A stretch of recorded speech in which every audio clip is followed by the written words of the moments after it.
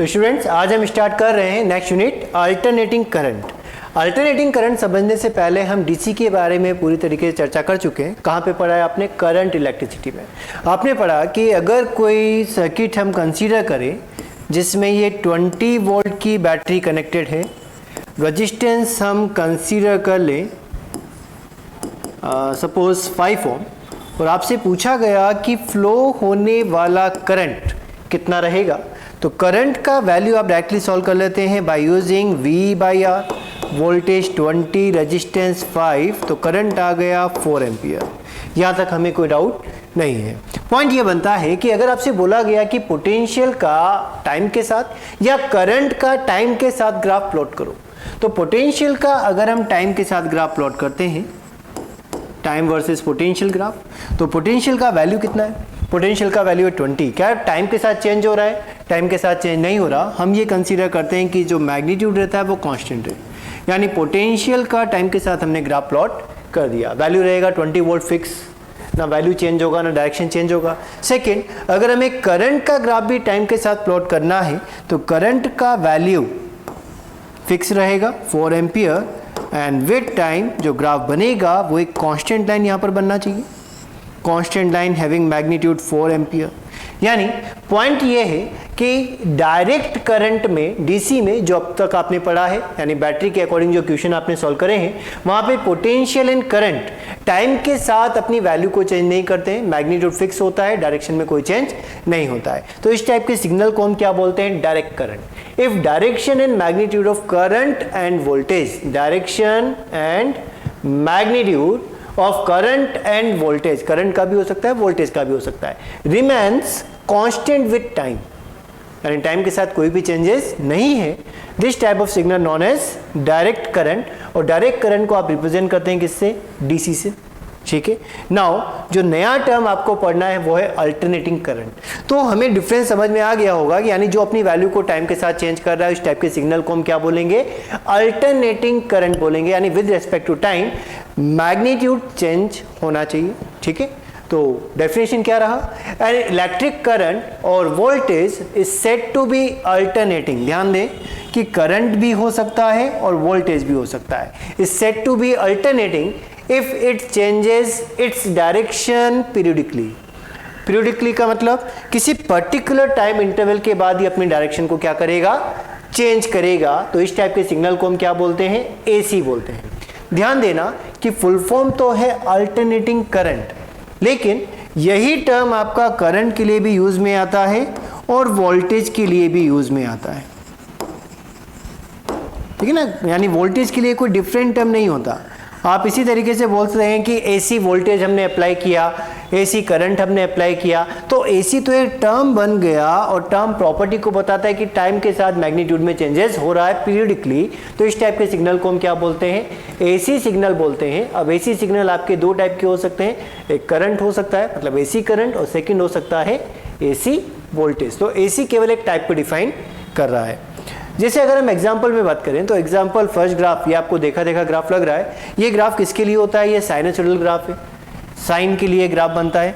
मानो हमने time interval 0 consider किया, ठीक है, t/2 तक आते आते पहले वैल्यू जाएगा इसका 0 से 90 पर आते मैक्सिमम, ठीक, फिर मैक्सिमम के बाद वापस 0, फिर -1, फिर 0। ठीक, तो क्या साइन के ग्राफ की वैल्यू मैग्नीट्यूड टाइम के साथ चेंज हो रहा है? हो रहा है। क्या पीरियडिकली चेंज हो रहा है? हर बार ये t/2 टाइम बाद ही अपनी डायरेक्शन को क्या करेगा? चेंज करेगा। इधर पार्ट रहेगा पॉजिटिव, इधर पार्ट रहेगा नेगेटिव। इसका मतलब एक्सिस से ऊपर जो हम मानते हैं, एक्सिस से जो ऊपर हम मानते हैं वो पॉजिटिव वैल्यू, एक्सिस से नीचे जो मानते हैं वो नेगेटिव वैल्यू। ठीक, तो क्या पीरियडिकली इसने अपनी डायरेक्शन को चेंज किया? बिल्कुल किया। क्या ये मैक्सिमम एम्पलीट्यूड प्लस में और माइनस में दोनों जगह सेम जाएगा? बिल्कुल जाएगा। तो यहाँ पर हम लिख सकते हैं कि दिस वैल्यू इज I0 और यहाँ वैल्यू रहेगा -I0। और ये कौन सा ग्राफ है? ये ग्राफ है साइनसोइडल ग्राफ, मतलब साइन के लिए ग्राफ है। और साइन और कोस को कंबाइंड फॉर्म में बोला जाता है साइनसोइडल। कभी भी बोला जाए कि साइनसोइडल फंक्शन, तो साइनसोइडल फंक्शन कौन से होते हैं? साइन और कॉस। सेकेंड ग्राफ जो आपको गिवन है वो कॉस के लिए गिवन है।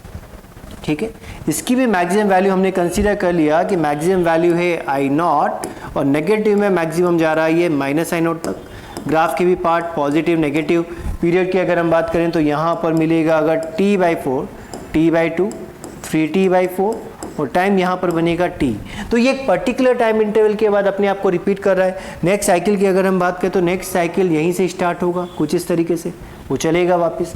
तो 3t/4 से 5t/4 कंसीडर करें तो पॉजिटिव साइकिल, और t/4 से 3t/4 कंसीडर करें तो नेगेटिव साइकिल। इसका मतलब पीरियडिकली अपनी वैल्यू को चेंज कर रहा है। कौन सा ग्राफ है? ये कॉस का ग्राफ है, कॉस फंक्शन। ठीक है, अब पॉइंट समझना, साइन और कॉस कंबाइंड फॉर्म में बोले जाते हैं साइनोसॉइडल सिग्नल्स। ठीक है, कौन से सिग्नल्स? साइनोसॉइडल सिग्नल्स या फंक्शंस।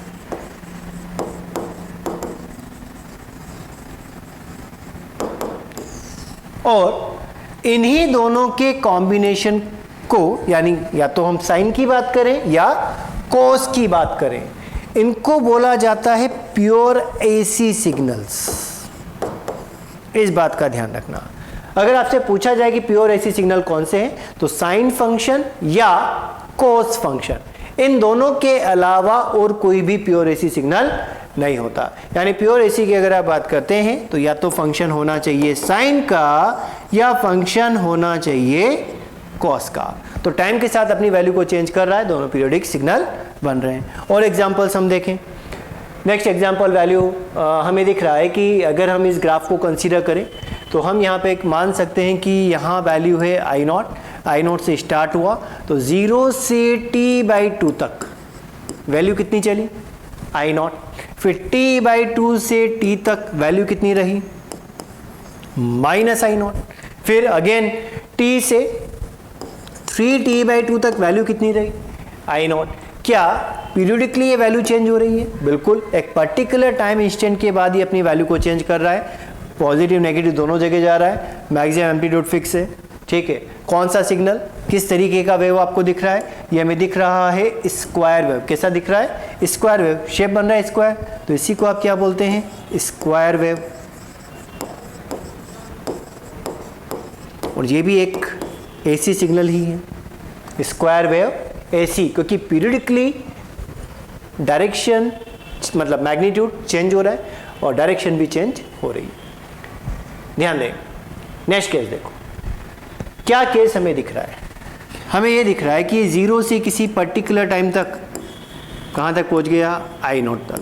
फिर t/4 से t/2 0, फिर t/2 से 3t/4 -I0, अगेन t पर 0। क्या पीरियडिकली वैल्यू चेंज हो रहा है? बिल्कुल चेंज हो रहा है। कौन सा शेप हमें दिख रहा है? हमें दिख रहा है ट्रायंगुलर शेप। तो इस वेव फॉर्म का नाम हम क्या दे देंगे? ट्रायंगुलर वेव फॉर्म ऐसी।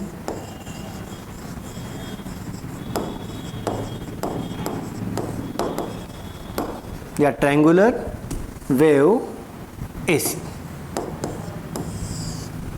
ठीक, पॉइंट ये है कि प्योर एसी सिग्नल्स को अगर हमें बोला गया तो वो होते हैं साइन और कॉस।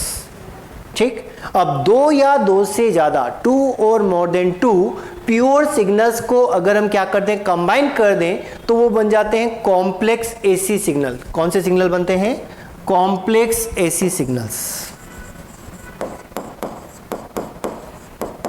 अब कॉम्प्लेक्स एसी सिग्नल कौन से होते हैं? साइनोसॉइडल के अलावा जितने भी फंक्शन आपको एसी के मिलेंगे वो सब कॉम्प्लेक्स हैं। यानी इन स्क्वायर वेव को बनाने के लिए, ट्रायंगुलर वेव को बनाने के लिए हमें 2 या 2 से ज्यादा साइन या कॉस फंक्शन वाले टर्म्स को मिलाना पड़ा होगा, और उसके बाद आपने क्या जनरेट किया? Complex AC signal.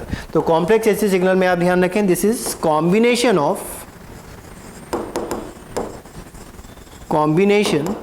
ऑफ 2 और more than 2 pure AC signals. ठीक है, तो इस टाइप के सिग्नल को हम क्या बोलते हैं? Complex AC signal. और कॉम्प्लेक्स एसी सिग्नल के एग्जांपल्स क्या हैं? जैसे स्क्वायर वेव, ट्रायंगुलर वेव। तो ये कॉम्प्लेक्स एसी सिग्नल के एग्जांपल्स हैं। अब एक पॉइंट जो इंपॉर्टेंट है वो आप ये बताएं, क्या ये पॉजिटिव और नेगेटिव यानी आई नॉट और माइनस आई नॉट, क्या ये होना फिक्स है? क्या ऐसा होना ज़रूरी है? ये बताएं। क्या सिग्नल के ऐसी होने के लिए पॉजिटिव एम्पलीट्यूड और नेगेटिव एम्पलीट्यूड बराबर होना चाहिए क्या?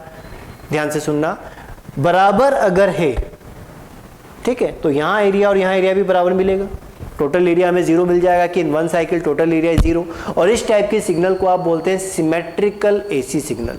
यानी अगर आपको आई नॉट और माइनस आई नॉट यानी पॉजिटिव वैल्यू मैक्सिमम वैल्यू और नेगेटिव में मैक्सिमम वैल्यू अगर इक्वल दी गई है तो इस टाइप के सिग्नल को हम क्या बोलते हैं? Symmetrical AC signal. लेकिन अगर ऐसा नहीं भी दिया, मानो ऊपर दिया होता आई नॉट और नीचे दिया होता माइनस आई नॉट बाई 2, तो ये भी आपका एसी सिग्नल तो है लेकिन सिमेट्रिकल नहीं रहेगा। एसी तो है लेकिन सिमेट्रिकल नहीं रहेगा। तो जनरली जो हम पढ़ रहे हैं हमारे सिलेबस के अकॉर्डिंग वो सब सिमेट्रिकल एसी सिग्नल है। इसका मतलब एम्पलीट्यूड बराबर बराबर आना चाहिए, ठीक है। नहीं भी होता तो भी वो एसी सिग्नल है लेकिन वो सिमेट्रिकल नहीं रहेगा, वो असिमेट्रिकल एसी सिग्नल। वैल्यूज बराबर तो रहेगा वो सिमेट्रिकल एसी सिग्नल, ठीक है। नेक्स्ट, यानी एसी सिग्नल के मतलब सिमेट्रिकल एसी सिग्नल की हम बात कर रहे हैं जो हमारे सिलेबस के अकॉर्डिंग है, लेकिन सिमेट्रिकल वहाँ पे मेंशन नहीं किया होगा, तो इसलिए हम ध्यान रखें कि हम बात कर रहे हैं कि एसी सिग्नल के लिए कंडीशंस क्या क्या बनती है। First condition, magnitude changes with time, time के साथ मैग्नीट्यूड चेंज होना चाहिए। Second condition, reverses direction after fix interval, मतलब पीरियोडिक हो गया कि हर पर्टिकुलर टाइम के बाद ये positive negative positive negative positive negative इस तरीके चल रहा है, मतलब डायरेक्शन पीरियोडिकली चेंज कर रहा है। और ग्राफ में पॉजिटिव एंड नेगेटिव दोनों पार्ट्स होने चाहिए, मतलब graph must have positive and negative part, मतलब एक्सिस से ऊपर भी होना चाहिए और एक्सिस से नीचे भी होना चाहिए। अगर इस टाइप का सिग्नल है तो एसी है ना, एम्पलीट्यूड की बात नहीं करी गई है, ध्यान रखें। अब हमें आइडेंटिफाई करना है कि इनमें से कौन सा एसी सिग्नल है। तो तीनों प्रॉपर्टी जो आपने पढ़ी है वो प्रूव होनी चाहिए। पहली प्रॉपर्टी, क्या टाइम के साथ मैग्नीट्यूड चेंज हो रहा है? बिल्कुल हो रहा है, ठीक। सेकेंड आपने क्या पढ़ा था? पीरियोडिक होना चाहिए, बिल्कुल पीरियोडिक भी है। क्या इसके पास पॉजिटिव नेगेटिव दोनों पार्ट आ रहे हैं? नहीं आ रहे। इसके पास दोनों पार्ट कैसे आ रहे हैं? पॉजिटिव पॉजिटिव, जो एक्सिस से ऊपर बनेगा वो पॉजिटिव, जो एक्सिस से नीचे बनेगा वो नेगेटिव। तो क्या तीनों प्रॉपर्टी फुलफिल हुई? नहीं हुई। यानी ये जो फर्स्ट सिग्नल है ये आपका एसी सिग्नल नहीं है। सेकंड, ये एग्जांपल आपको दिया गया तो ये साइनसॉइडल ग्राफ है, ठीक। इसके पास क्या पॉजिटिव पार्ट है? बिल्कुल है। नेगेटिव पार्ट है? बिल्कुल है। क्या टाइम के साथ वैल्यू चेंज हो रहा है? बिल्कुल। क्या पीरियोडिक दिख रहा है? 0 से t/2, अगर आप टाइम लिखें तो यहाँ मिल जाएगा आपको 0 से t/2 और t से कैपिटल T। क्या पीरियोडिक है? बिल्कुल है। तो क्या ये एक ऐसी सिग्नल है? ये बिल्कुल एक ऐसी सिग्नल है। नेक्स्ट एग्जांपल आप देखें, हमें दिया गया कुछ इस टाइप से और इसको हम बोलते हैं सॉ टूथ। जो लकड़ी काटने के लिए आरी का आप यूज़ करते हैं उसको बोला जाता है सॉ। तो उसी की तरह ये हमें दिख रहा है इसलिए इसको बोला जाता है सॉ टूथ वेव। क्या ये पीरियोडिक है? क्या ये पीरियोडिक है?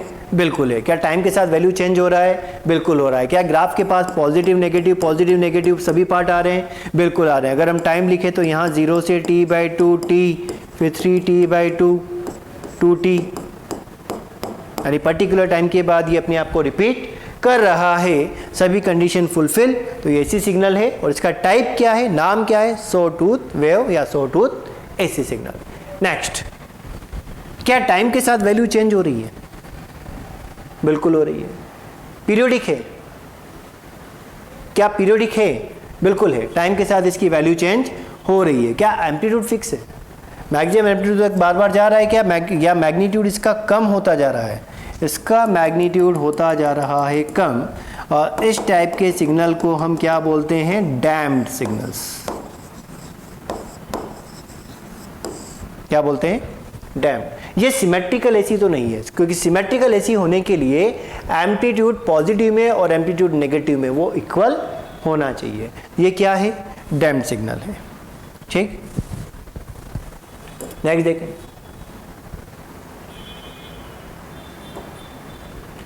ये सिग्नल आपको दिया गया जिसमें 0 एक्सिस आपको यहां दी गई, ये एक एक्सिस दिया गया 3 पे, इसका एम्पलीट्यूड 3 और ये इसके ऊपर नीचे चल रहा है। अब आप मुझे बात बताएं, क्या पीरियोडिकली चेंज हो रहा है? हो रहा है। लेकिन क्या ग्राफ के पास पॉजिटिव और नेगेटिव दोनों पार्ट हैं? देखो यहाँ कौन सा पार्ट मिलेगा? पॉजिटिव। और यहाँ कौन सा पार्ट मिलेगा? ये भी पॉजिटिव ही रहेगा, क्योंकि एक्सिस तो ये है जीरो लाइन। ये तो आपने एक रेफरेंस ले लिया कि 3 वाली लाइन के ऊपर नीचे एक ग्राफ चल रहा है, मतलब यहाँ जो इक्वेशन बनेगा 3 प्लस समथिंग होना चाहिए। ठीक, तो इसके पास जितने भी पार्ट है वो सब कैसे हैं? पॉजिटिव पार्ट है। और पॉजिटिव पार्ट अगर दिया गया है तो ये एसी सिग्नल नहीं है। बात समझ में आई? तो जो कंडीशंस आपने लिखी है वो सारी कंडीशन यहाँ पे फुलफिल होनी चाहिए। नेक्स्ट देखिए, बेसिक इक्वेशन ऑफ एसी। ध्यान दें, प्योर एसी सिग्नल की अगर हम बात करते हैं तो साइन और कॉस में आना चाहिए, यानी जो बेसिक इक्वेशन है वो भी आपकी साइन या कॉस के अंदर बनना चाहिए। अब बेसिक इक्वेशन की अगर हम बात करें, ध्यान से समझें, तो लिखते हैं उसको I is equal to I naught sine omega t plus 5। ठीक है, -5 भी हो सकता है, +5 भी है, ये बेसिक इक्वेशन है। I is equal to I naught sine omega t plus 5। Similarly आप कॉस में भी लिख सकते हैं, I is equal to I naught cos omega t plus 5, लेकिन जो जनरली आप यूज में लेते हैं वो इक्वेशन है साइन ओमेगा टी प्लस 5। अब ये जो टर्म्स हैं इनको हम समझे कि टर्म क्या रिप्रेजेंट कर रहा है। ठीक, आई नॉट रिप्रेजेंट करता है पीक वैल्यू।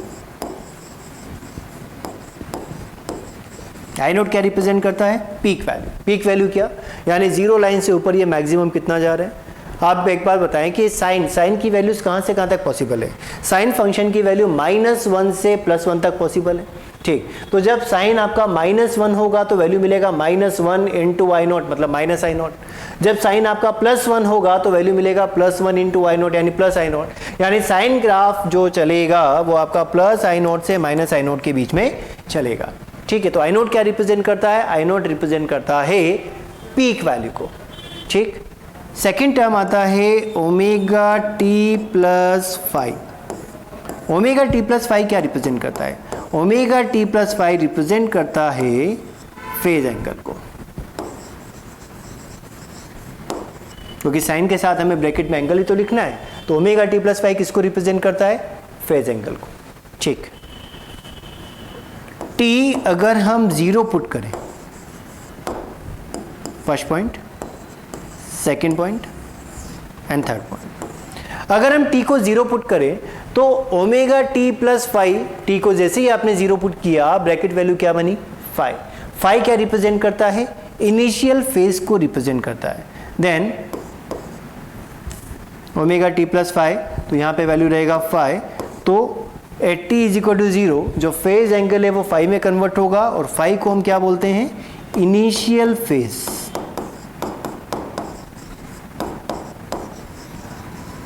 या आप इसको रिप्रेजेंट कर सकते हैं phase angle at t is equal to 0। Phase angle at t is equal to 0 उसको बोला जाता है इनिशियल फेज, और कभी कभी ये इपोक नाम से भी आता है, जिसको भी आप इनिशियल फेज ही रिप्रेजेंट करेंगे। है क्या?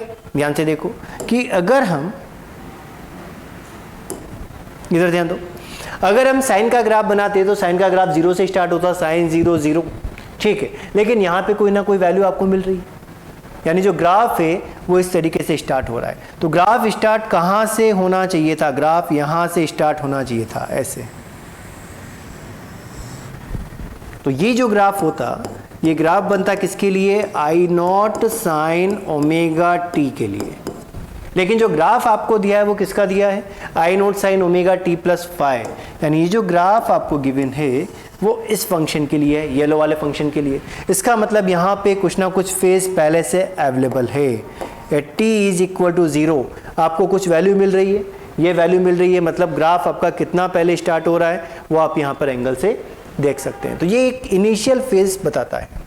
जैसे अगर लिखा है आपने sign omega t plus pi by 4, तो टी इज इक्वल टू 0 पर वैल्यू आपको मिलेगी 1/√2, यानी ग्राफ आपका आई नॉट बाई √2 से स्टार्ट होगा। तो उससे पहले भी कितना गया? उससे पहले 45 डिग्री चला गया होगा। तो ये आपका इनिशियल फेज बनेगा। ठीक है, इसके बाद टर्म ओमेगा। ओमेगा क्या रिप्रेजेंट करता है? ओमेगा रिप्रेजेंट करता है एंगुलर फ्रिक्वेंसी को। ओमेगा क्या है? ओमेगा रिप्रेजेंट करता है एंगुलर फ्रीक्वेंसी। और एंगुलर फ्रीक्वेंसी का यूनिट क्या होता है? यूनिट होता है रेडियन पर सेकेंड। ठीक, अब पॉइंट ये है, क्या ओमेगा को हम फ्रीक्वेंसी में कन्वर्ट कर सकते हैं? Omega is equal to 2 pi f, और एफ क्या है? F is frequency. फ्रीक्वेंसी का basic definition, number of cycles in 1 second. Number of cycle in 1 second किसको रिप्रेजेंट करता है? फ्रीक्वेंसी को रिप्रेजेंट करता है। और फ्रीक्वेंसी का यूनिट क्या आता है? फ्रीक्वेंसी का यूनिट होता है हर्ट्ज। फ्रीक्वेंसी का यूनिट क्या रहेगा? हर्ट्ज। ठीक, तो omega is equal to 2 pi f, वहां से आपने फ्रीक्वेंसी कैलकुलेट किया। फ्रीक्वेंसी रिप्रेजेंट करता है number of cycles in 1 second और यूनिट बनता है हर्ट्ज। क्या ओमेगा को हम टाइम पीरियड से रिलेट कर सकते हैं? नेक्स्ट देखें, omega is equal to 2 pi by capital T, तो यहाँ पे हम टाइम कैलकुलेट कर सकते हैं by using 2 pi by omega. ठीक, टाइम क्या रिप्रेजेंट करता है? टाइम रिप्रेजेंट करता है time taken by signal to complete 1 cycle. यानी एक साइकिल को कंप्लीट करने में कितना टाइम लगेगा, वो आप टाइम पीरियड यानी टी से रिप्रेजेंट करते हैं। तो टी इज टाइम पीरियड, और यूनिट इसका क्या रहेगा? यूनिट रहेगा सेकेंड। ठीक, बेसिक इक्वेशन को आप ध्यान से देखें तो I naught sine omega t plus 5, यानी टी की डिफरेंट वैल्यूज पर, टी की डिफरेंट वैल्यू पुट करने पर आपको करंट की डिफरेंट वैल्यूज मिलेगी। यानी आप इसको आई टी से रिप्रेजेंट कर सकते हैं। और आई टी क्या रिप्रेजेंट करेगा? सो आई टी रिप्रेजेंट करेगा इंस्टेंटेनियस वैल्यू।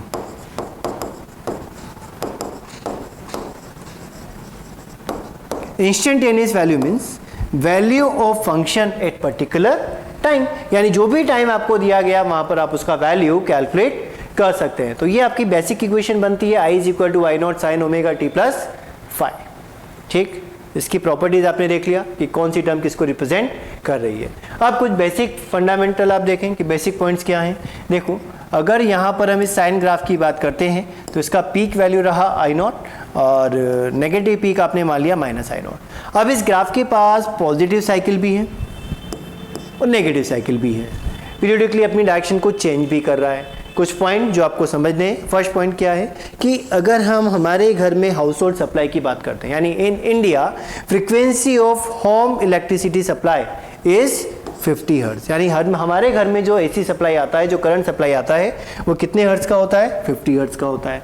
अगर हम बात करें कि एक साइकिल में, एसी के एक साइकिल में क्या क्या प्रॉपर्टीज होती हैं, तो डायरेक्शन कितनी बार चेंज हुआ। जैसे अगर हम एक साइकिल कंसीडर करेंगे तो यहाँ से स्टार्ट होगा और यहाँ पे खत्म हो जाएगा। ठीक है, तो एक साइकिल में डायरेक्शन कितनी बार चेंज हुई? एक बार पॉजिटिव रहा, एक बार नेगेटिव रहा। तो इन 1 cycle direction of current changes कितने टाइम्स? 2 टाइम्स। ठीक है, जीरो कितनी बार होगा? अगर मैं स्टार्ट यहाँ से मानो तो एक बार यहाँ जीरो होगा और एक बार यहाँ जीरो होगा। यहाँ वाला जो जीरो है वो नेक्स्ट साइकिल में काउंट होगा, इस बात का ध्यान रखा जाए। ठीक है ना, तो डायरेक्शन कितनी बार चेंज हुई? डायरेक्शन चेंज हुई 2 बार। और जीरो कितनी बार हुआ? जीरो भी हुआ 2 बार, एक बार यहाँ पर और सेकेंड टाइम यहाँ पर, तो बिकम्स जीरो 2 टाइम्स।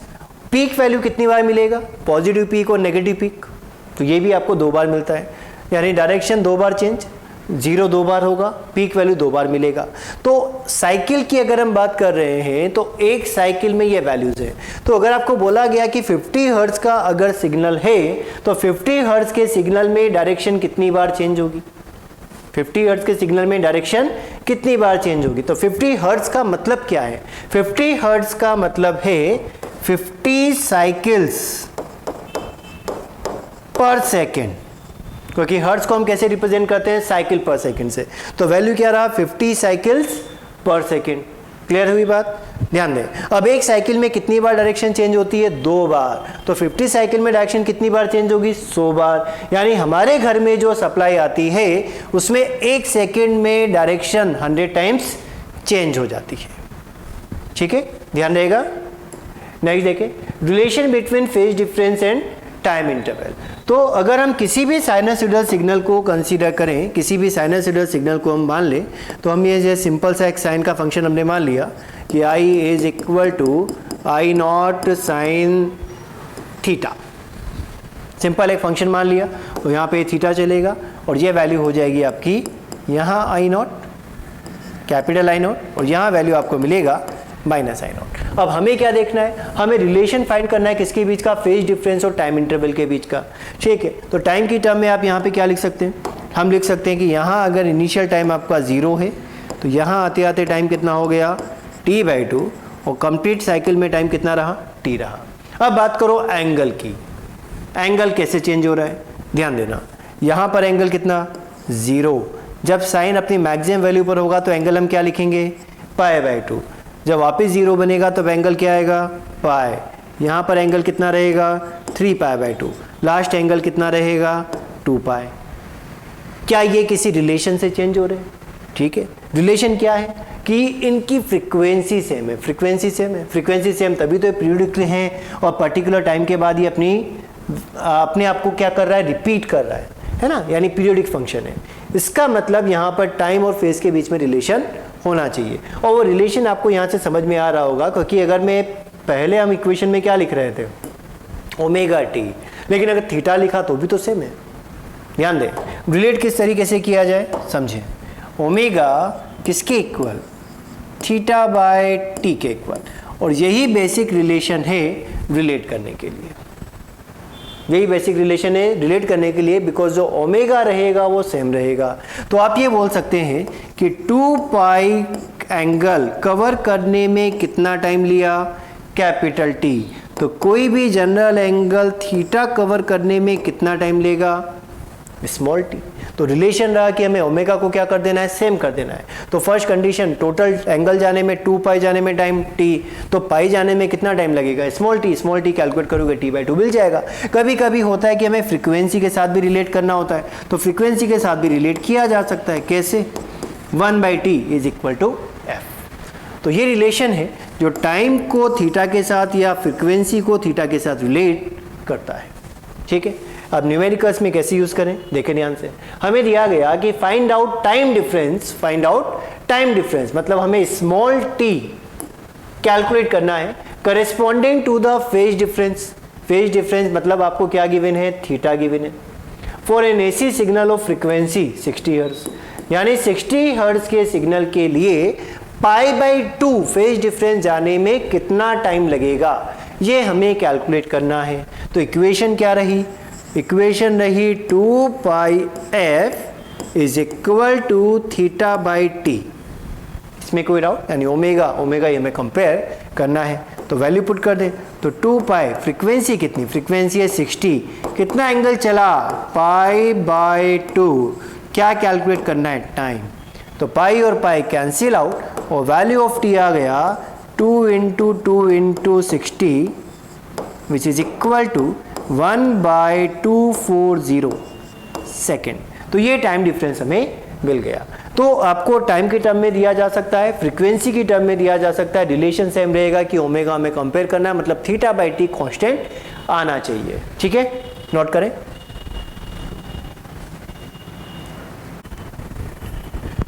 तो नेक्स्ट क्वेश्चन देखें, लिखा है find out time difference corresponding to phase difference π/4 for AC of 50 hertz signal. यानी हमें एसी सिग्नल की फ्रीक्वेंसी गिवन है कि फ्रीक्वेंसी है 50 हर्ट्ज एंड पूछा गया कि फेज डिफरेंस यानी डेल्टा फाई या फाई का वैल्यू अगर π/4 है तो कितना टाइम डिफरेंस आपको यहाँ पर मिलेगा, यानी कैलकुलेट करना है हमें टी। ठीक है, तो वापस हम क्या करें, ओमेगा को कंपेयर करें, यानी θ/t को कंपेयर किया जाए। फुल साइकिल 2π एंगल जाने में कितना टाइम, कैपिटल टी। ठीक, तो थीटा एंगल जाने में कितना टाइम लगेगा या फाई एंगल जाने में कितना टाइम लगेगा, उसको आपने स्मॉल टी से रिप्रेजेंट कर दिया। आपको दिया क्या गया है, हमें दी गई है फ्रीक्वेंसी। क्या फ्रीक्वेंसी को टाइम में कन्वर्ट किया जा सकता है, t is equal to 1/f, यानी वैल्यू रहेगा 1/50 पुट करें, तो यहां रिजल्ट रहेगा 2πf is equal to 5/t। इसमें कोई डाउट, ठीक, वैल्यू पुट कर दें, तो 2π फ्रीक्वेंसी के प्लेस पर 50, फेज एंगल रिक्वायर्ड है π/4, सो π/4 डिवाइड बाय t। क्या यहां से टाइम कैलकुलेट हो जाएगा? इक्वेशन को क्रॉस मल्टीप्लाई करें, पाई और pi cancel out and result मिलेगा t is equal to 1/4 and 2 into 50 100 यानी 1/400। तो टाइम डिफरेंस कैलकुलेट किया जा सकता है और लास्ट न्यूमेरिकल में भी आपने देखा टाइम डिफरेंस कैलकुलेट करना। यहां पर आपको डायरेक्ट फ्रीक्वेंसी गिवन था, फ्रीक्वेंसी का रिलेशन लिया, ठीक है। अब यहां पर आपसे पूछा गया टाइम डिफरेंस, तो अगेन सेम फॉर्मेट, हम 2π/t यूज कर सकते हैं, लेकिन t को फिर क्या लिखना पड़ेगा? 1/f ही लिखना होगा। तो डायरेक्ट हम omega is equal to 2πf is equal to θ/t या φ/t यूज कर सकते हैं, ठीक है। नेक्स्ट देखें, different values of AC signal. Different values of AC signal, AC signal की बेसिक इक्वेशन की अगर हम बात करें कि बिल्कुल बेस इक्वेशन क्या है, तो बेस इक्वेशन हम कंसीडर कर सकते हैं x is equal to x naught sine omega t plus 5। अब ये हमने लिख दिया बिल्कुल बेसिक इक्वेशन, ठीक है ना। x के प्लेस पर करंट भी आ सकता है और x के प्लेस पर पोटेंशियल यानी v भी आ सकता है, यानी ये सेम इक्वेशन करंट में भी हो सकती है, I is equal to y naught sine omega t plus 5। Second, ये वोल्टेज में भी इक्वेशन हो सकता है, v is equal to v naught sine omega t plus 5। 5 का वैल्यू 0 पॉजिटिव नेगेटिव कुछ भी हो सकता है, बिकॉज यहाँ पर हम इनिशियल फेज मेंशन करते हैं। क्या मेंशन करते हैं? Initial phase. मानो इनिशियल फेज है नहीं, तो ये इक्वेशन बन जाएगा x is equal to x naught sine omega t. तो ये एक जनरल इक्वेशन हमारे पास है, general equation of AC.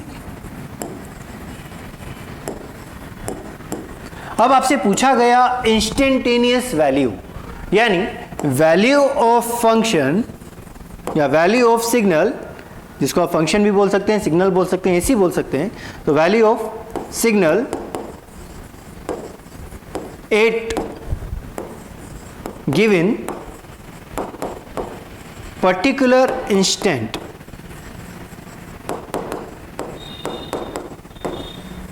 is known as instantaneous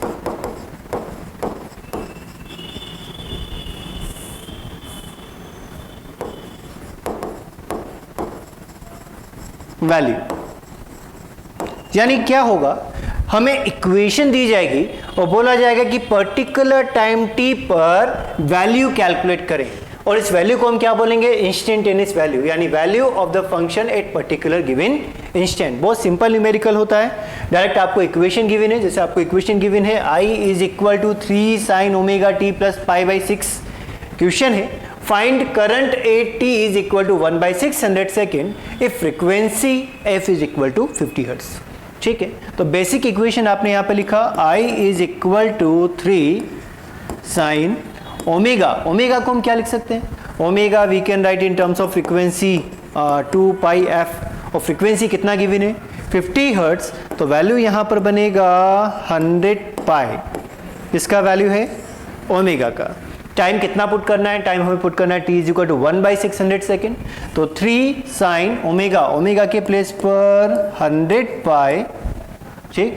t calculate करना है, नहीं, t हमें गिवन है 1/600, तो t का वैल्यू आपने पुट किया बाई 600 प्लस π/6। तो आपने गिवन सभी वैल्यूज को पुट कर दिया इक्वेशन में, इक्वेशन भी आपको गिवन ही है, और इंस्टेंटेनियस वैल्यू आप कैलकुलेट कर सकते हैं। तो 100/600 यहां बनेगा π/6, π/6, π/6, π/3 को रिप्रेजेंट करेगा। So I is equal to 3 sine π/6 plus π/6, so 3 sine π/3, sine π/3 value कितना? √3/2। तो रिजल्ट 3√3/2, यह हमें इंस्टेंटेनियस वैल्यू करंट का मिल गया, ठीक है। क्वेश्चन समझने में कोई डाउट? इक्वेशन आपको गिवन है, फ्रीक्वेंसी गिवन है, टाइम गिवन है, तो पर्टिकुलर गिवन इंस्टेंट पर आपको वैल्यू कैलकुलेट करना है, ठीक है। तो आपने इक्वेशन में वैल्यू पुट करी, सॉल्व कर दिया, इंस्टेंटेनियस वैल्यू IT कैलकुलेट हो गया। अब क्वेश्चन का फॉर्मेट यहाँ पे डिफरेंट भी हो सकता है। डिफरेंट फॉर्मेट क्या है? एक्चुअल में इंस्टेंटेनियस वैल्यू पे दो फॉर्मेट बनते हैं, या तो आपको टाइम गिवन होता है कि पर्टिकुलर टाइम पे वैल्यू कैलकुलेट करें, या फिर वैल्यू गिवन होती है कि आपको पहले से वैल्यू दी गई है और कैलकुलेट करना है कि कितने टाइम पर ये वैल्यू जनरेट होगा। दैट मीन्स नेक्स्ट क्वेश्चन देखें, if I is equal to I naught sine omega t, ये इक्वेशन दिया, फ्रीक्वेंसी हमें गिवन है 50 हर्ट्ज, ठीक है। देन फाइंड टाइम, अब क्या कैलकुलेट करना है, टाइम ही कैलकुलेट करना है when current becomes, first question में आपको दिया है मैक्सिमम फर्स्ट टाइम। अब ग्राफ किसका बनेगा, फंक्शन किसका है, फंक्शन है साइन का। अब साइन का फंक्शन है तो ग्राफ किसका बनेगा, ग्राफ भी साइन का ही बनेगा, कुछ ऐसे। ओमेगा टी फाई हमें कितना दिया है, 0 दिया है, तो मतलब ग्राफ आपका 0 से स्टार्ट होगा। अब आपसे पूछा है कि फर्स्ट टाइम मैक्सिमम कब होगा, तो फर्स्ट टाइम मैक्सिमम मतलब यहां तक का टाइम आपको कैलकुलेट करना है। मैक्सिमम वैल्यू कितनी मिलेगी, I is equal to I naught, तो आई नॉट इसका मैक्सिमम वैल्यू है, तो पॉजिटिव में आई नॉट रहेगा और नेगेटिव में माइनस आई नॉट रहेगा। ये बात समझ में आई। तो अगर हम I is equal to I naught sine omega t का ग्राफ प्लॉट करते हैं तो ग्राफ कुछ इस तरीके से बनेगा। फर्स्ट आपसे पूछा गया कि मैक्सिमम फर्स्ट टाइम कब होगा, ध्यान दें इक्वेशन आपको गिवन है I is equal to I naught sine omega t. क्या हम ओमेगा का वैल्यू कैलकुलेट कर सकते हैं, ओमेगा फ्रीक्वेंसी हमें कितना गिवन है 50 हर्ट्ज, तो at first we can find value of omega by using 2 pi f and value becomes 100 pi. तो ओमेगा हमने कैलकुलेट कर लिया। नाउ फर्स्ट क्वेश्चन है कि मैक्सिमम फर्स्ट टाइम, तो मैक्सिमम वैल्यू कितना, आई नॉट, तो रिजल्ट क्या रहेगा, I naught sine omega, omega के प्लेस पर 100 पाई टी। कैलकुलेट क्या करना है, time. I naught cancel out, बचेगा 1, तो 1 is equal to sine 100 pi t. अब मुझे बताएं कि साइन की वैल्यू 1 कितने एंगल पर आती है, पाई बाई 2 पर, तो वी कैन राइट हियर 1 के प्लेस पर sine pi by 2 is equal to sine 100 pi t. That means 100 pi t और पाई बाई 2 इक्वल होना चाहिए, so 100 pi t is equal to pi by 2, pi और pi cancel out and t is equal to 1/200 second. तो first question आपने calculate कर लिया। जब आपसे पूछा गया था find time when value becomes maximum first time, ठीक है। सेकेंड पार्ट देखें, सेकेंड पार्ट में लिखा है half of the maximum value first time.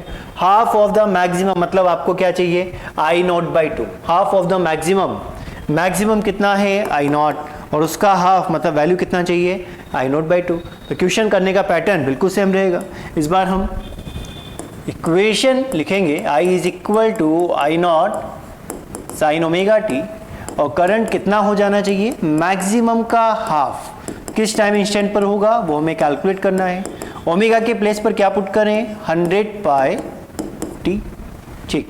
I naught cancel out, बचेगा 1/2। साइन 1/2 कब होता है, साइन 1/2 होता है साइन 30 डिग्री पर, और साइन 30 डिग्री को we can write pi by 6 is equal to sine 100 pi T.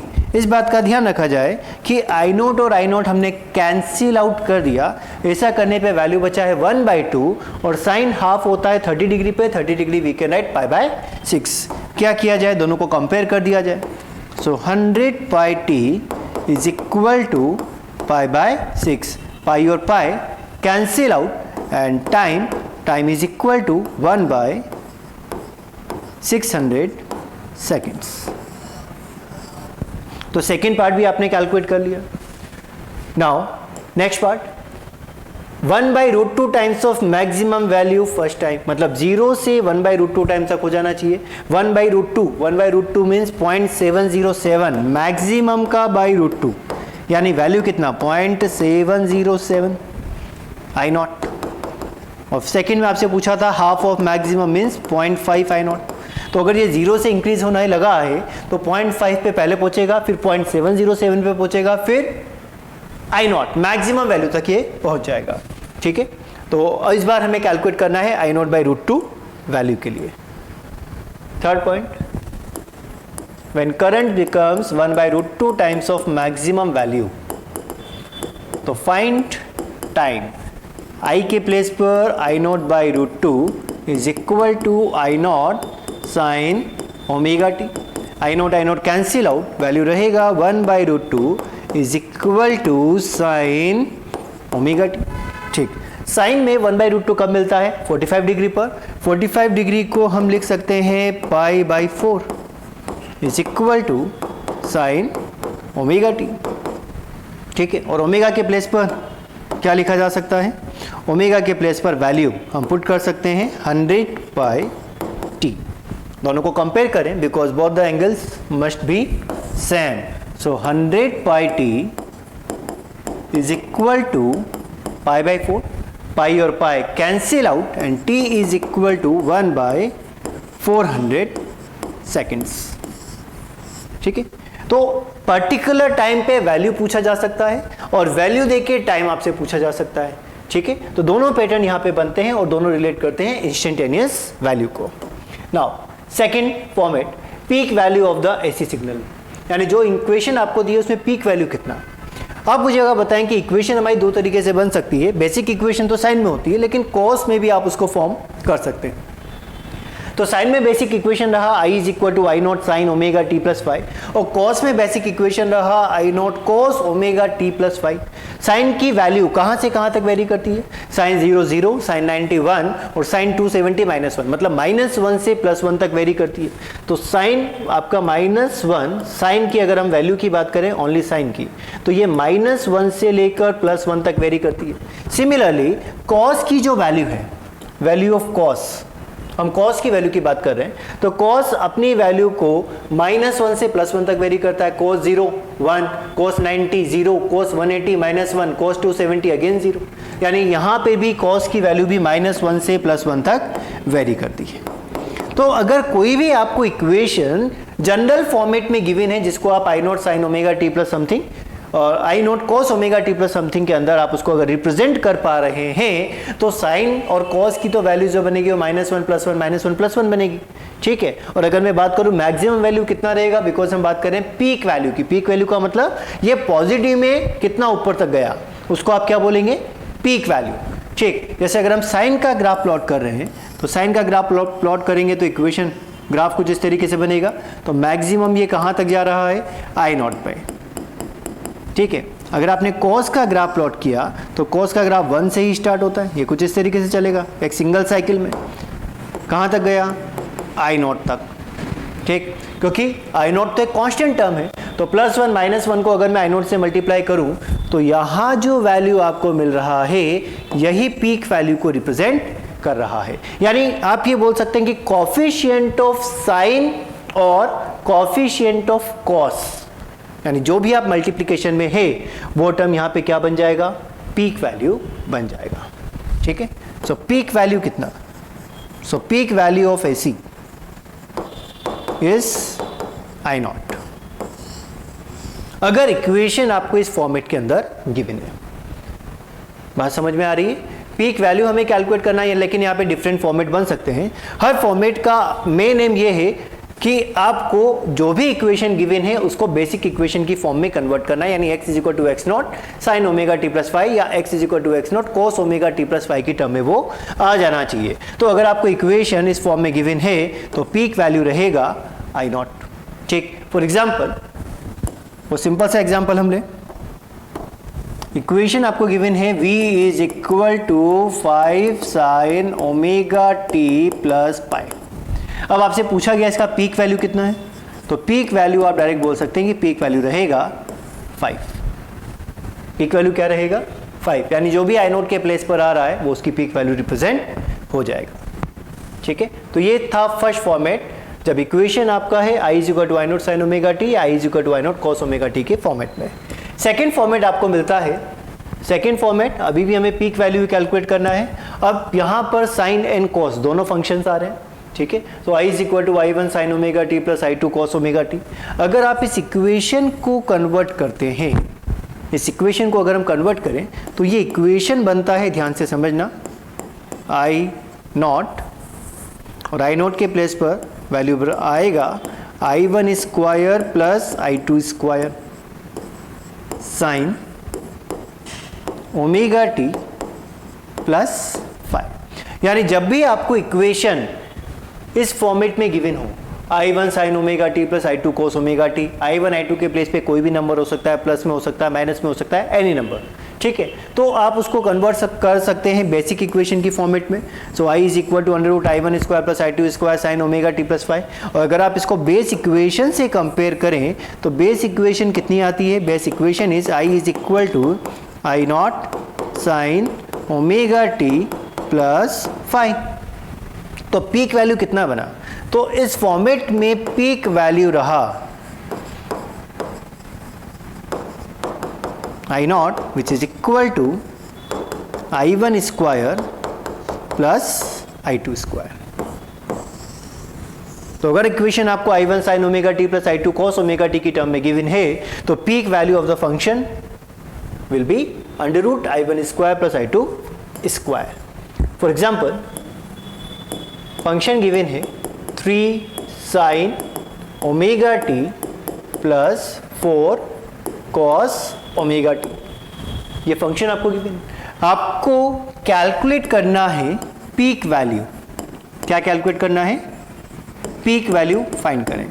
So peak value मिलेगा I naught is equal to basic relation से sine coefficient square, so 3 square plus cos coefficient square 4 square 9 plus 16 in under root and value is 5। तो peak value कितना? 5। Sine cos दोनों के coefficient का square करके 8 कर दिया जाए, अंडर रूट ले लिया जाए, आंसर में मिल जाएगा पीक वैल्यू का। ठीक, और एग्जांपल देखें। Numerical given I is equal to 2 cos omega t plus 4 sine omega t.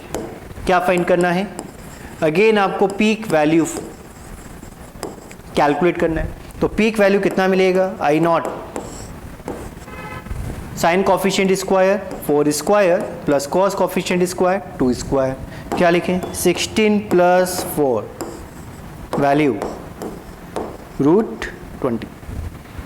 ठीक है, तो इस तरीके से हम peak value of the function calculate कर लेते हैं। नाउ नेक्स्ट फॉर्मेट आपको गिवन है I is equal to I naught sine omega t cos omega t. लेकिन ये किसी बेसिक ऐसी इक्वेशन को कंपेयर ऐसी इक्वेशन को रिप्रेजेंट नहीं कर रहा है, बिकॉज बेसिक इक्वेशन ऑफ ऐसी इस टर्म में आनी चाहिए x not sine omega t plus 5। ठीक है ना, तो यहाँ पे साइन और कॉस दोनों का मल्टीप्लीकेशन आ रहा है। अगर ये टर्म प्लस में होता तो आप इसको पहले वाले फॉर्मेट से सॉल्व कर लेते, लेकिन अगर आपको ये मल्टीप्लीकेशन में दिया है तो सॉल्व करने के लिए हम क्या करें? इसको या तो आप साइन में कन्वर्ट करो या कॉस में कन्वर्ट करो। अब साइन या कॉस में कन्वर्ट करने के लिए हम यहाँ पर प्रोसेस यूज़ कर रहे हैं कि हमने 2 का मल्टीप्लाई कर दिया और 2 का डिवाइड लगा दिया। तो 2 का मल्टीप्लाई करने पर इक्वेशन बनेगा 2 sine omega t cos omega t. ठीक है, तो जो डिवाइड वाला बाई 2 है उसको तो आपने यहाँ पर लिख दिया आई नॉट बाई 2, और ये इक्वेशन आपने एक साथ लिख दी 2 sine omega t cos omega t. Clear? So value रहा I naught by 2 sine 2 omega t. ठीक है, क्या आप इसको बेसिक इक्वेशन से कंपेयर कर सकते हैं?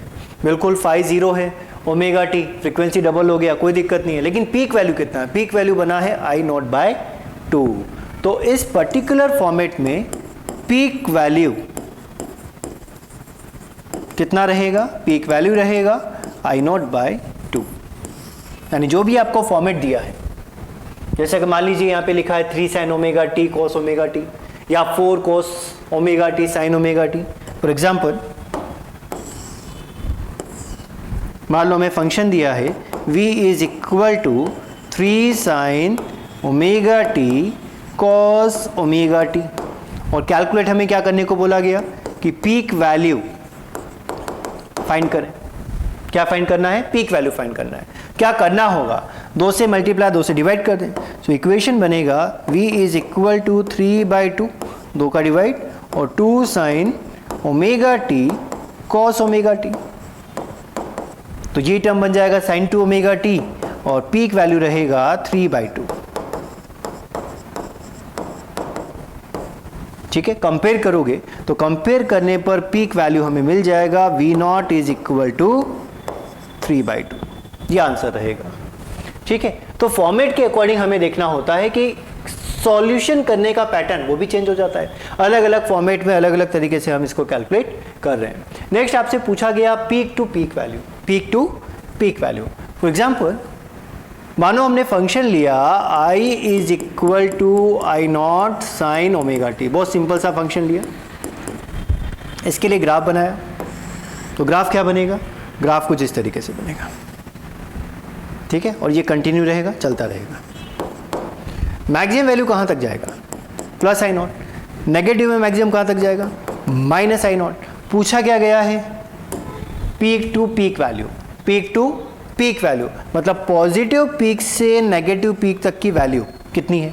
तो यहां पर रिजल्ट रहेगा कि पीक टू पीक वैल्यू कितनी बनेगी, twice of I naught. Peak to peak कितना रहेगा, ट्वाइस ऑफ आई नॉट।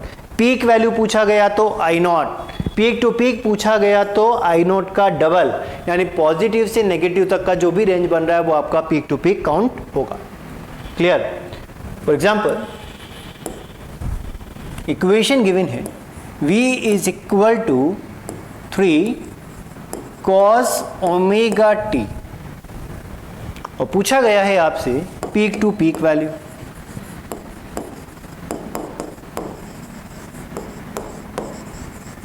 तो अब क्वेश्चन दो तरीके से सोल्व किया जा सकता है। कैसे, या तो हम इसका ग्राफ बना लें कि कॉस का ग्राफ किस तरीके से बनेगा, 3 से स्टार्ट होगा, 0 पे जाएगा, -3 पे जाएगा, 0 पे जाएगा, ठीक है। या फिर हम क्या करें कि यहाँ पर कॉस का वैल्यू पुट करें। कॉस का वैल्यू कितना हम रख सकते हैं, मिनिमम रखोगे -1, मैक्सिमम रखोगे +1।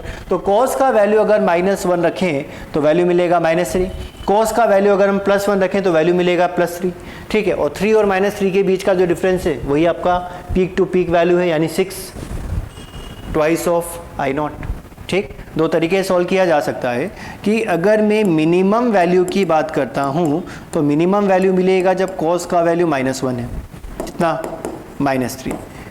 पोटेंशियल के मैक्सिमम वैल्यू को की अगर मैं बात करता हूं तो कॉस की मैक्सिमम वैल्यू होती है +1, तो रेंज रहा 3। और पीक टू पीक मतलब V max minus V min, तो कैलकुलेट करेंगे तो रिजल्ट क्या मिलेगा, 6। ये तो हुआ आपका मेथड नंबर 1। सेकेंड मेथड क्या है कि इसका ग्राफ बना लो। सेकेंड मेथड क्या है कि जो इक्वेशन दिया उसका ग्राफ बना लिया जाए। इक्वेशन का ग्राफ बनाओगे तो कॉस 0 से स्टार्ट होता है, नेगेटिव में जाता है, फिर मैक्सिमम वापस प्लस साइन नोट तक आ जाता है और यहाँ पर आते आते एक साइकिल इसका कंप्लीट हो जाता है। मैक्सिमम वैल्यू 3, मिनिमम वैल्यू -3, तो peak to peak, peak to peak कितना रहा, तो पीक टू पीक वैल्यू रही 6।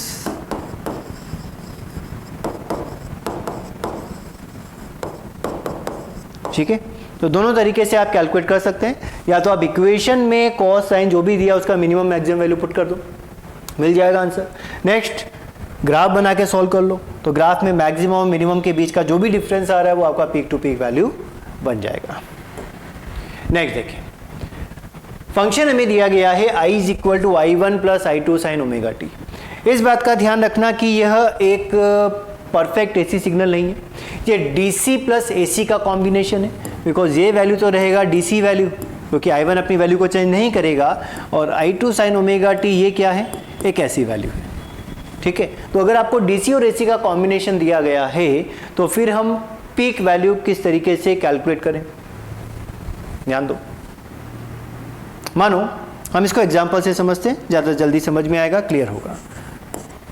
मान लीजिए फंक्शन हमें दिया गया है 3 + 5 साइन ओमेगा टी।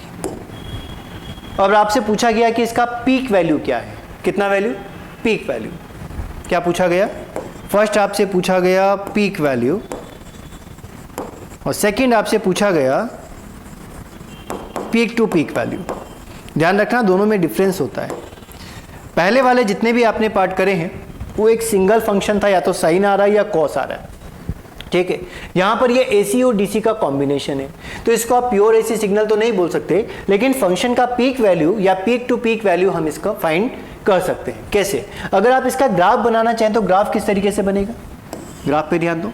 ये हमने बनाई 0 लाइन, ठीक है, किसको रिप्रेजेंट कर रही है? ये जीरो लाइन को रिप्रेजेंट कर रहा है। ठीक है, अब ये जो ग्राफ है इसके अंदर 3 आपका रेफरेंस बन जाएगा, 3 से ऊपर और नीचे ये साइन सिग्नल चल रहा है। तो यहाँ पर आपने एक रेफरेंस लाइन प्लॉट कर दिया कि ये रेफरेंस लाइन है 3 पर, तो ये 3 पर आपको मिल गई रेफरेंस लाइन। ठीक है, अब वैल्यू कहाँ तक जा रही है? 5 sin ओमेगा टी। तो मान लो अगर मैं टाइम को 0 पुट करता हूँ, टाइम को क्या पुट करता हूँ? 0 पुट करता हूँ, तो यहाँ पे वैल्यू कितना मिलेगा? sin 0, sin 0 का वैल्यू 0, तो स्टार्ट होगा 3 से। ठीक है, साइन मान लीजिए π/2 आ गया, π/2 मतलब मैक्सिमम वैल्यू कितना मिलेगा? +1, तो +1 मिलेगा, तो यहाँ पे पीक मिलेगा आपको 5 पे, तो 5 + 3, 5 + 3, यानी जो ग्राफ आप प्लॉट करते हैं तो ग्राफ तो आप एज इट इज ही प्लॉट करोगे, लेकिन ये ग्राफ ऊपर कितना जाएगा और ये नीचे कितना जाएगा। ये ग्राफ कुछ इस तरीके से बनेगा। क्यों बनेगा ये ग्राफ इस तरीके से? इस पॉइंट को भी आप समझो, क्योंकि ये आपका AC और DC का कॉम्बिनेशन है, AC और DC का कॉम्बिनेशन है। इस AC फंक्शन की पीक वैल्यू कब मिलेगी? कितनी मिलेगी? 5 मिलेगी। यानी अगर आप ये देखना चाहें कि यहाँ से यहाँ तक का हाइट ये कितना है, तो ये 5 है। यहाँ से यहाँ तक का हाइट कितना है, तो ये भी 5 है, इसमें कोई डाउट। लेकिन पीक कब मिला?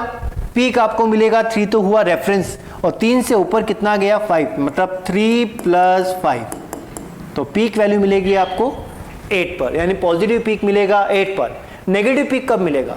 3 से 5 नीचे, 3 से 5 नीचे, -2 पर। आप पॉइंट समझ पा रहे हो? अगर आपसे पूछा गया पीक वैल्यू क्या है, तो पीक वैल्यू का आंसर तो रहेगा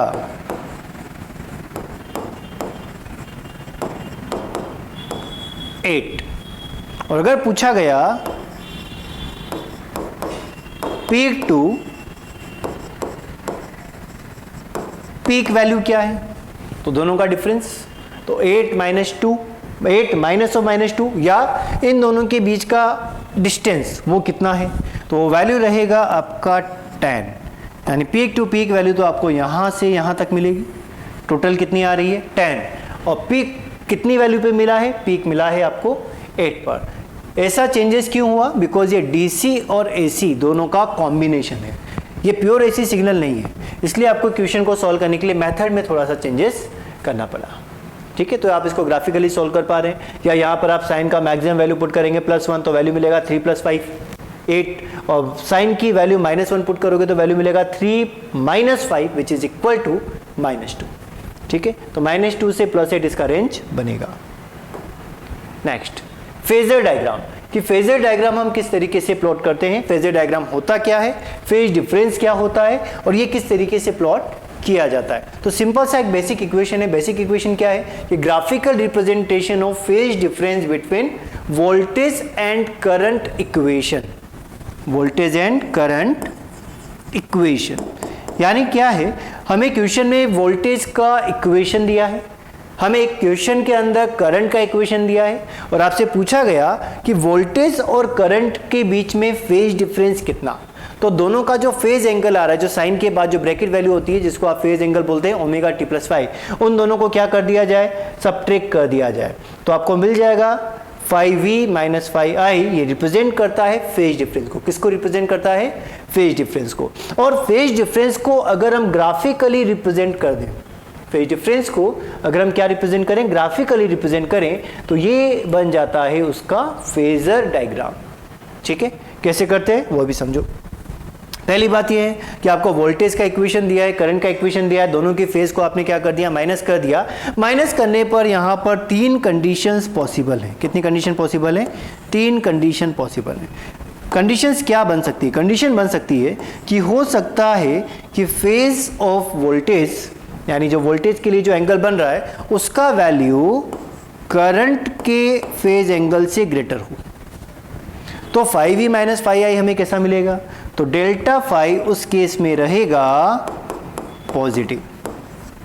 ठीक है, सेकंड केस क्या बन सकता है?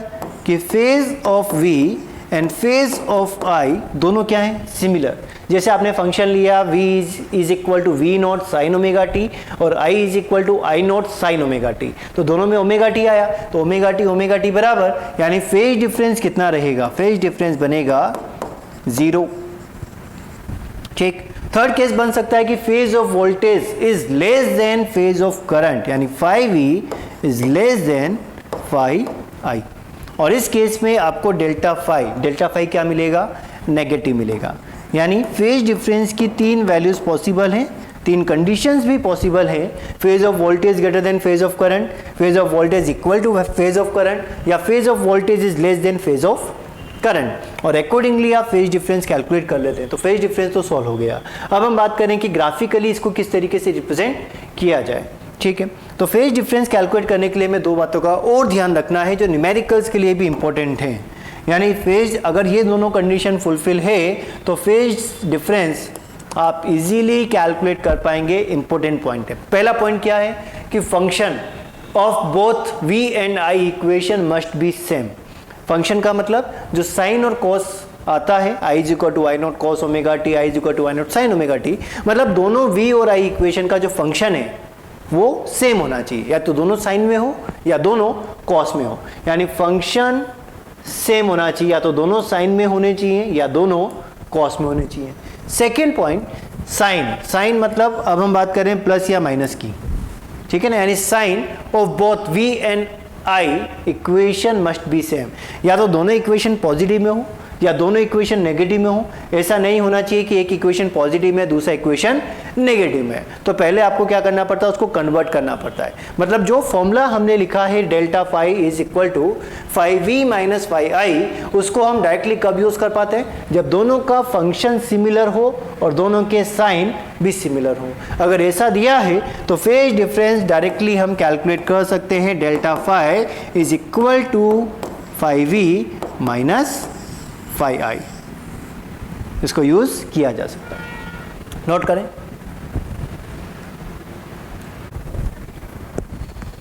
सो क्वेश्चन देखें, हमें दिया गया i is equal to I naught sine omega t and v is equal to V naught sine omega t plus pi by 3। दोनों के लिए हमें फेज डिफरेंस कैलकुलेट करना है और फेजर डायग्राम हमें ड्रॉ करना है। ठीक है, अब पॉइंट ये है कि सबसे पहले जो 2 फंक्शन आपको दिए गए हैं वो दोनों सेम फंक्शन होने चाहिए। क्या दोनों में साइन में मिले? ठीक है। क्या दोनों पॉजिटिव हैं? ये भी ठीक है। इसका मतलब हम दोनों की फेज को डायरेक्ट क्या कर सकते हैं, माइनस कर सकते हैं।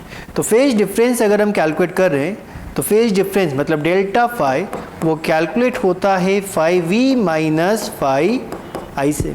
तो वोल्टेज फेज कितना है, वोल्टेज फेज v की इक्वेशन में आ रहा है omega t plus pi by 3 minus current phase है आपका ओमेगा टी।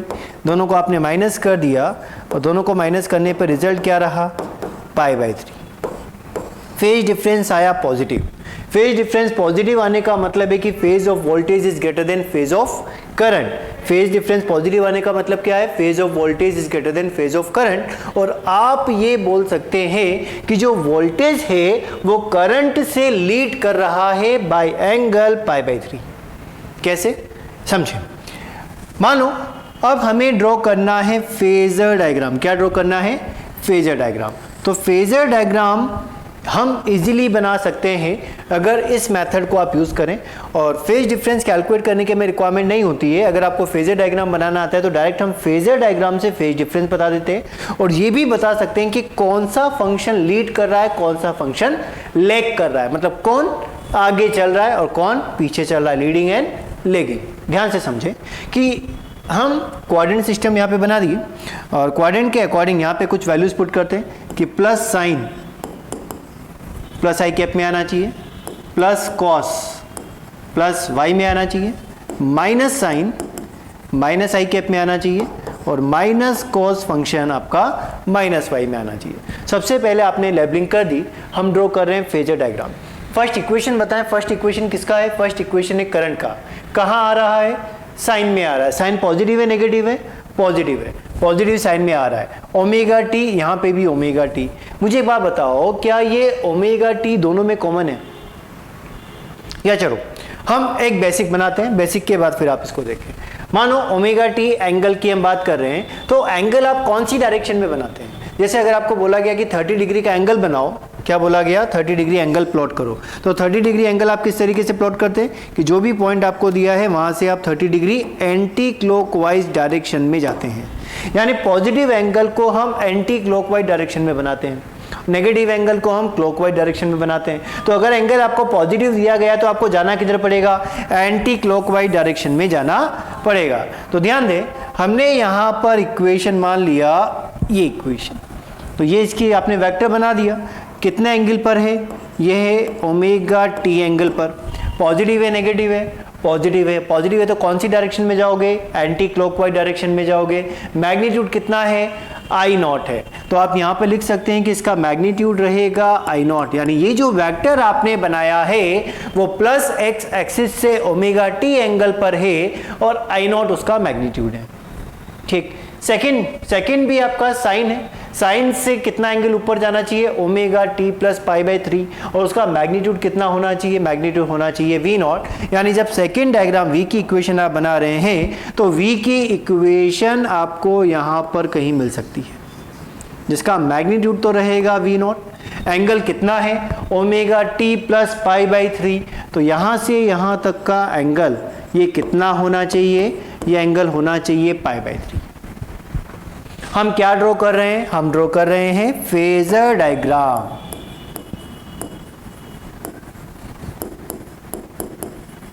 क्या ड्रॉ किया जा रहा है, ड्रॉ हम कर रहे हैं फेजर डायग्राम, और फेजर डायग्राम से आप फेज डिफरेंस भी कैलकुलेट कर सकते हैं डायरेक्टली। ठीक है, फेजर डायग्राम तो बन ही गया और उसके साथ साथ आप फेज डिफरेंस भी कैलकुलेट कर सकते हैं। कैसे, आप मुझे बताओ कि दोनों में से कौन एंटी क्लॉकवाइज डायरेक्शन में आगे है, वी कितना आगे है, पाई बाई 3। तो इसका रिजल्ट क्या बनता है, रिजल्ट ये बनता है कि V leads I by pi by 3 angle, यानी जो V का इक्वेशन है वो I के इक्वेशन से पाई बाई 3 एंगल लीड करेगा, और ये डायरेक्टली आपको यहाँ भी दिख रहा है, same function same omega T same, बचा कौन, पाई बाई 3। तो पाई बाई 3 पॉजिटिव में आ रहा है, किस में पॉजिटिव में आ रहा है, V में, तो V leads I by pi by 3 angle. या इसी रिजल्ट को आप इस तरीके से भी लिख सकते हैं, ध्यान से समझें, I lags V by pi by 3 angle. अगर आपको V के टर्म में आंसर देना है तो आप बोलेंगे कि V I को लीड कर रहा है बाय पाई बाई 3 एंगल, और I की टर्म में अगर आंसर देना है, क्योंकि ऑप्शन हमारे पास 4 होते हैं, 4 ऑप्शन में कुछ भी लिखा आ सकता है, लीड भी आ सकता है, लेग भी आ सकता है, तो I lags V by pi by 3 angle. अब इसी फेजर डायग्राम को बनाने का एक मेथड और है, हम क्या करें कि जो कॉमन टर्म दिख रही है ना उसको आप जीरो रेफरेंस पे मान लो। मतलब क्या किया जाए, जैसे जो आपको इक्वेशन दिया गया है I is equal to I naught sine omega t, पहला इक्वेशन है I is equal to I naught sine omega t, और सेकेंड इक्वेशन आपको दिया गया है V is equal to V naught sine omega t plus pi by 3। ठीक है, तो omega t plus pi by 3 ये आपको एंगल दिया गया। अब हम क्या करें, जो जो कॉमन टर्म दिख रहा है उन सबको आप रेफरेंस ही मान लो। क्या दोनों में फंक्शन साइन आ रहा है, बिल्कुल आ रहा है। क्या दोनों में ओमेगा टी भी कॉमन है, ओमेगा टी भी दोनों में कॉमन है। तो फेजर डायग्राम बनाने के लिए हमने क्या किया, सबसे पहले क्वाड्रेंट बना दिए, यहां लिखा plus sine plus cos, minus sine minus cos. क्या ओमेगा टी भी दोनों में कॉमन है, तो आप ये बोल सकते हैं ना कि ये जो लाइन है वो आपके साइन ओमेगा टी की है। किसकी लाइन है, साइन ओमेगा टी की। तो यहाँ पर आप लिख सकते हैं कि ये लाइन रहेगा साइन ओमेगा टी का, ये लाइन रहेगा कॉस ओमेगा टी का, minus sine omega t minus cos omega t, तो रेफरेंस बन गया। ठीक, तो फर्स्ट इक्वेशन कहाँ पर है, I naught sine omega t, तो वो इसी डायरेक्शन में एक वेक्टर बन जाना चाहिए जिसका मैग्नीट्यूड रहेगा आई नॉट। सेकेंड है V naught sine omega t plus pi by 3, तो साइन ओमेगा टी ये रेफरेंस लाइन है आपका, और इससे कितना एंगल ऊपर, पाई बाई 3 एंगल ऊपर, तो पाई बाई 3 एंगल ऊपर, यानी सेकेंड वेक्टर आपका यहां बन जाएगा विद मैग्नीट्यूड वी नॉट, और एंगल डिफरेंस कितना, पाई बाय 3। क्या यहां से भी यही रिजल्ट मिल रहा है कि V leads I by pi by 3 angle, या I lags V by pi by 3 angle. और फेज डिफरेंस भी सॉल्व किया जा सकता है कि डेल्टा फाई हमें मिलेगा phi V minus phi I से, कौन लीड कर रहा है, V कौन आगे है एंटी क्लॉकवाइज डायरेक्शन में? V, तो V leads I by pi by 3, मतलब V का फेज ज्यादा होना चाहिए I के फेज से कितना? पाई बाय 3। ठीक है, तो पहले वाले केस में आपने जो रेफरेंस माना है वो साइन 0 को माना हुआ है, 0 को, इसलिए यहाँ पे मैंने साइन ही लिखा है, क्योंकि आप साइन ये लाइन हो गया तो इसको आप साइन 0 लिख लो, या थीटा के रेफरेंस में लिख ले तो यहाँ बन जाएगा sine theta cos theta minus sine theta minus cos theta. तो अगर आप 0 मान रहे हैं तो ओमेगा टी भी ऊपर, omega t plus pi by 3 भी ऊपर, लेकिन अगर आपने रेफरेंस लाइन को ही साइन ओमेगा टी कंसीडर कर लिया तो ये फेजर बनेगा। दोनों फेजर करेक्ट है, किसी भी तरीके से आप रिप्रेजेंट कर सकते हैं, दोनों के रिप्रेजेंटेशन में कोई प्रॉब्लम नहीं है, दोनों बिल्कुल करेक्ट है, बिकॉज दोनों का रिजल्ट भी आपका करेक्ट ही आ रहा है। तो मुझे एक पॉइंट यहाँ पे समझ में आता है, बिकॉज हमें क्या करना होता है कि फंक्शन भी सेम रखना है और साइन भी सेम रखना है, मतलब प्लस माइनस भी होना चाहिए और साइन और कोस दोनों ये भी सेम होना चाहिए। तो फेजर मेथड अगर हम यूज करते हैं तो फिर आपको फंक्शन सेम दिया हो या नहीं दिया हो उसका कोई फर्क नहीं पड़ता, फेजर से आप उसका डायग्राम बना लो, फेज डिफरेंस भी यहीं से कैलकुलेट हो जाता है, जैसा कि आपको नेक्स्ट एग्जांपल में दिया है। नेक्स्ट एग्जांपल में क्या दिया है, देखो, एक दिया आपको साइन में, दूसरा दिया आपको कॉस में। तो अगर मैं इस इक्वेशन को यूज करता हूं delta phi is equal to 5v minus 5i, तो पहले मुझे क्या करना पड़ेगा, या तो मैं साइन को कॉस में कन्वर्ट करूं या इस कॉस को साइन में कन्वर्ट करूं। ठीक है, लेकिन उससे भी बढ़िया मेथड मेरे पास है। क्या मेथड है? डायरेक्ट इनका क्या बना लो, फेजर बना लो। क्या बनाए? डायरेक्ट फेजर बनाए। तो प्लस एक्स वाली लाइन, अब कॉमन हमें क्या दिख रहा है? Sign omega t. क्या फेज ओमेगा टी दोनों में है? ठीक है, तो ये लाइन किसको रिप्रेजेंट कर रहा है? साइन ओमेगा टी को। तो फर्स्ट लाइन रिप्रेजेंट कर रहा है साइन ओमेगा टी को। प्लस एक्सिस, वाई एक्सिस किसको रिप्रेजेंट कर रहा है? Cos omega t. Minus X axis ये रिप्रेजेंट कर रहा है माइनस साइन ओमेगा टी, और माइनस वाई एक्सिस ये रिप्रेजेंट कर रहा है माइनस कॉस ओमेगा टी को। ठीक, अब पहला इक्वेशन v का इक्वेशन किसमें है? साइन ओमेगा टी, तो रेफरेंस लाइन पर बनेगा, मैग्नीट्यूड कितना है? v नॉट है, तो यहाँ पर आपने v वेक्टर बना दिया विद मैग्नीट्यूड v नॉट। ठीक है, सेकंड देखें, i is equal to I naught cos omega t minus pi by 6, तो कॉस की लाइन किधर है? ये कॉस की लाइन है। अब इससे किधर जाना है? एंगल देखो, प्लस में या माइनस में? माइनस पाई बाई 6, तो माइनस एंगल रिप्रेजेंट करता है कि जो रोटेशन होना चाहिए वो क्लॉकवाइज रोटेशन होना चाहिए। तो कोस वाली लाइन से क्लॉकवाइज हम चलेंगे, कितना एंगल चलेंगे? पाई बाई 6 चलेंगे। तो पाई बाई 6 एंगल अगर आप यहाँ पे चले तो ये इक्वेशन बना, ये आई नॉट, और कितना एंगल आप चले कोस वाली लाइन से? कोस वाली लाइन से हम एंगल चले पाई बाई 6। तो आप मुझे बताओ, अब डायग्राम को देखते हुए कि दोनों में से कौन लीड कर रहा है? आई लीड कर रहा है या वी लीड कर रहा है? कौन एंटी क्लॉकवाइज डायरेक्शन में आगे है? एंगल जो हमें कंसीडर करना है वो 180 से कम होना चाहिए, क्योंकि कोई स्टूडेंट ये बोल सकता है कि सर हम इसके अकॉर्डिंग देखें तो ये आगे चल रहा है और हम इसके अकॉर्डिंग देखें तो ये आगे चल रहा है। एंगल जो आएगा वो 180 डिग्री से कम आना चाहिए। तो एंटी क्लॉकवाइज डायरेक्शन में कौन आगे चल रहा है? आई आगे चल रहा है। कितना एंगल आगे चल रहा है? पाई बाई 3 एंगल आगे चल रहा है। बिकॉज अगर 30 डिग्री यहाँ पर है, टोटल होता है एक्स और वाई एक्सिस के बीच का 90 डिग्री, तो अगर 30 डिग्री यहाँ है तो ऑब्वियस बात है कि 60 डिग्री यहाँ बचेगा। तो आपका रिजल्ट क्या रहा? आई लीड्स वी बाय कितना एंगल? Pi by 3 angle. और क्या बोल सकते हैं? और बोला जा सकता है कि वी लैग्स आई बाय कितना एंगल? Pi by 3 angle. ठीक है, तो फेज डिफरेंस वो भी हमें समझ में आ रहा है। फेज डिफरेंस कितना रहेगा? अगर मैं 5v माइनस 5i कैलकुलेट कर रहा हूं तो आंसर आएगा माइनस पाई बाई 3। इसका मतलब v लैग कर रहा है और i लीड कर रहा है। बात समझ में आया? तो डायरेक्ट अगर हम फेजर डायग्राम बना लें तो फेजर डायग्राम बनाने से क्वेश्चन इजी हो जाता है, फेजर डायग्राम भी बन जाता है, हमें कन्वर्ट भी नहीं करना पड़ा साइन और कोस को, और डायरेक्ट हमें फेज डिफरेंस का आंसर भी मिल गया और करेक्ट आंसर हमें यहाँ पर मिला है।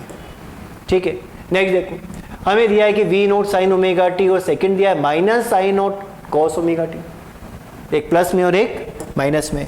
क्या किया? सबसे पहले हमने फेजर बनाने के लिए यहाँ पे क्वाड्रेंट बना दिया।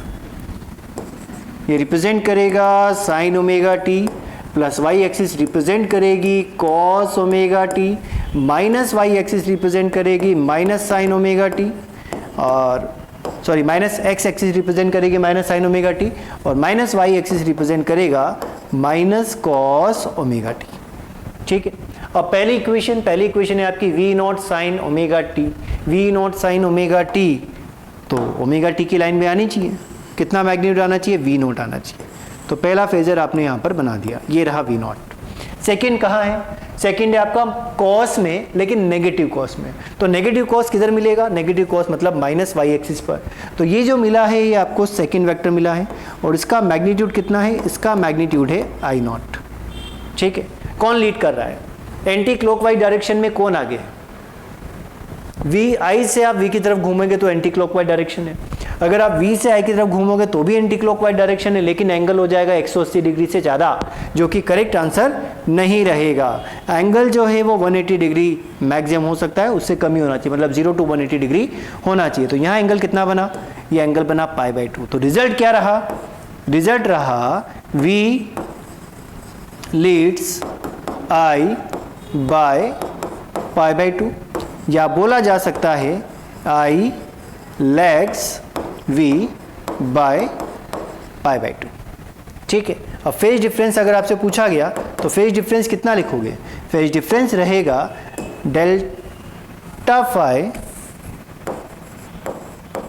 Is equal to phi V minus phi I, और लीड कौन कर रहा है, वोल्टेज लीड कर रहा है करंट से, कितना एंगल, प्लस π/2। तो डेल्टा फाई हमें मिलेगा प्लस π/2। ठीक है, समझ में आया पॉइंट। तो फेजर डायग्राम आप बनाएं, फेजर डायग्राम से आप phase difference, correct phasor diagram मिल जाता है, और फंक्शन हमें कन्वर्ट नहीं करना पड़ता, साइन में दिया हो कॉस में दिया हो चलेगा, डायरेक्ट फेजर बन रहा है, प्लस दिया हो माइनस दिया हो चलेगा, क्योंकि डायरेक्ट फेजर बन रहा है। लेकिन अगर हम इस इक्वेशन को यूज कर रहे हैं तो फिर इसके लिए दोनों फंक्शन सेम होने चाहिए और दोनों फंक्शन का साइन भी सेम होना चाहिए। लेकिन जब हम फेजर से फेज डिफरेंस पर आते हैं तो फिर ऐसी हमें कोई रिक्वायरमेंट नहीं होती है। ठीक है, नोट करें।